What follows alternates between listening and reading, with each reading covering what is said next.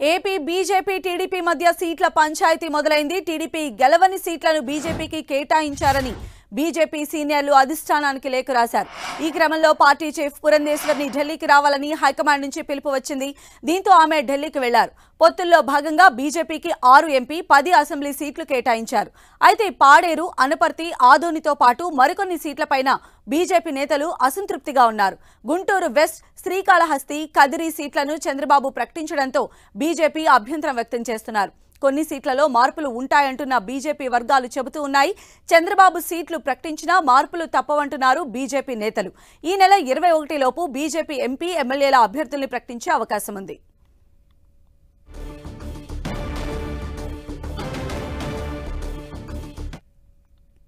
మరికొద్ది రోజుల్లోనే అభ్యర్థులను ప్రకటించేటువంటి టైంలో బీజేపీలో ముసలం మొదలైంది. ఓడిపోయే సీట్లని టీడీపీ కేటాయించిందని చెప్పి వారు అధిష్టానానికి ఫిర్యాదు కూడా చేశారు. పురంధేశ్వరి అక్కడికి వెళ్లబోతూ ఉన్నారు ఢిల్లీకి. మరిన్ని అప్డేట్స్ కూడా తెలుసుకుందాం. మా ప్రతినిధి నరసింహ మనకు అందుబాటులో ఉన్నారు. నరసింహ,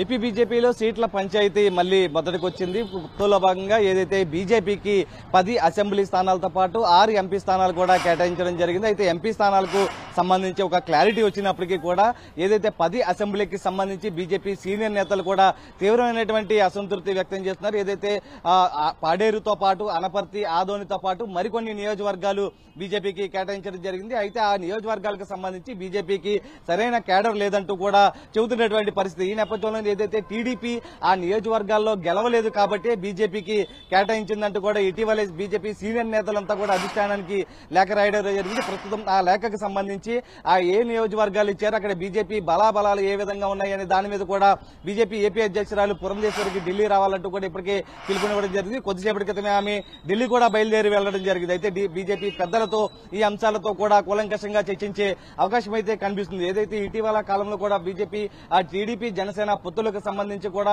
పూర్తి స్థాయిలో పొత్తులు ఫలించాయంటూ కూడా చెప్పడం జరిగింది. అయితే పొత్తుల్లో భాగంగా కేటాయించినటువంటి సీట్లపై ప్రస్తుతం పంచాయతీ అయితే జరుగుతుందని చెప్పొచ్చు. ఎందుకంటే ఒకవైపు బీజేపీకి బలమున్న స్థానాల్లో ఆ సీట్లను అడగడం జరిగింది. కానీ ఆ స్థానాలు ఇవ్వకుండా చంద్రబాబు ఏవైతే తాను గెలవని సీట్లు ఏవైతే ఉన్నాయో అవి మాత్రమే కేటాయించారంటూ కూడా బీజేపీ నేతలు అయితే ఆరోపిస్తున్నటువంటి పరిస్థితి. మరొక వైపు ఏదైతే గుంటూరు వెస్ట్ తో పాటు శ్రీకాళహస్తి, అటు కదిరికి సంబంధించి చంద్రబాబు ఇప్పటికే తమ అభ్యర్థులను ప్రకటించడంపై కూడా బీజేపీ నేతలంతా కూడా అభ్యంతరం వ్యక్తం చేస్తున్నారు. ఈ విషయాన్ని కూడా అధిష్టానాన్ని దృష్టికి కూడా తీసుకువెళ్లడం జరిగింది. మరొకవైపు ఏదైతే సీనియర్లంతా కూడా ఒకటే చెప్తున్నారు, కావాలని ఒక కుట్రపూరితంగా కూడా ఈ విధంగా ఎవరుస్తున్నారు, బీజేపీ ఎదుగుదలకు సంబంధించి ఈ విధంగా జరుగుతుంది అన్నట్టు కూడా అధిష్టానం దృష్టికి ఆ లేఖ సారాంశంలో కూడా పెట్టడం జరిగింది. ప్రస్తుతం ఈ అంశానికి సంబంధించి అధిష్టానం వద్ద పురంధేశ్వరి అన్ని అంశాలను కూడా ప్రస్తావించున్నారు. ప్రస్తుతం ఆ నియోజకవర్గాలకు సంబంధించి ఏ విధంగా ఉండబోతుందనే దాని మీద కూడా చర్చించే అవకాశం అయితే కనిపిస్తుంది. ప్రస్తుతం పరిస్థితి ఏ విధంగా ఉంది, ఆ 10 నియోజకవర్గాలకు ఇస్తే కనుక పోటీ చేస్తే కనుక ఏ విధంగా ఉంటుంది అనే దాని మీద.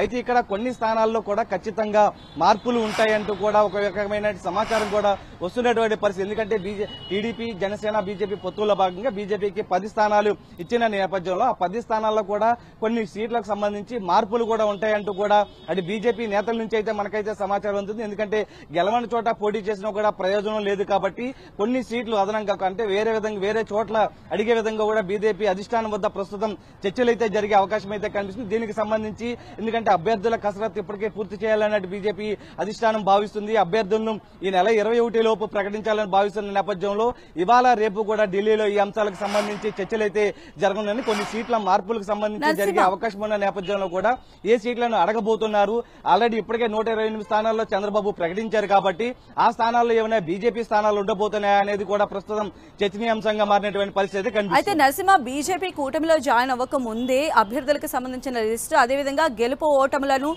ప్రభావితం చేసేటువంటి ప్లేసెస్ కి సంబంధించి కూడా అప్పుడే గ్రౌండ్ వర్క్ కూడా ప్రిపేర్ చేసుకున్నారు. ఆ లిస్టుతోనే పురంధేశ్వరి ఢిల్లీకి కూడా వెళ్లడం జరిగింది. ఆ తర్వాతే కూటమిలో జాయిన్ అయ్యారు.